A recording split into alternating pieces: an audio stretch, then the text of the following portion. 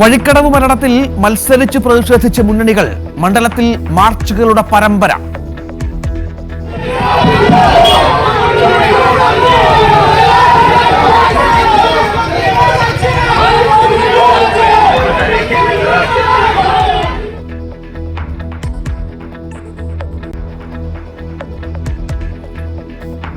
കോൺഗ്രസ് പഞ്ചായത്തിന്റെ അനാസ്ഥയെന്ന് CPM, ഉത്തരവാദി വൈദ്യുതി വകുപ്പെന്ന് കോൺഗ്രസ്. മടിച്ചു നിൽക്കാതെ BJPയും പ്രതിഷേധം ഫോറസ്റ്റ് ഓഫീസിലേക്ക്.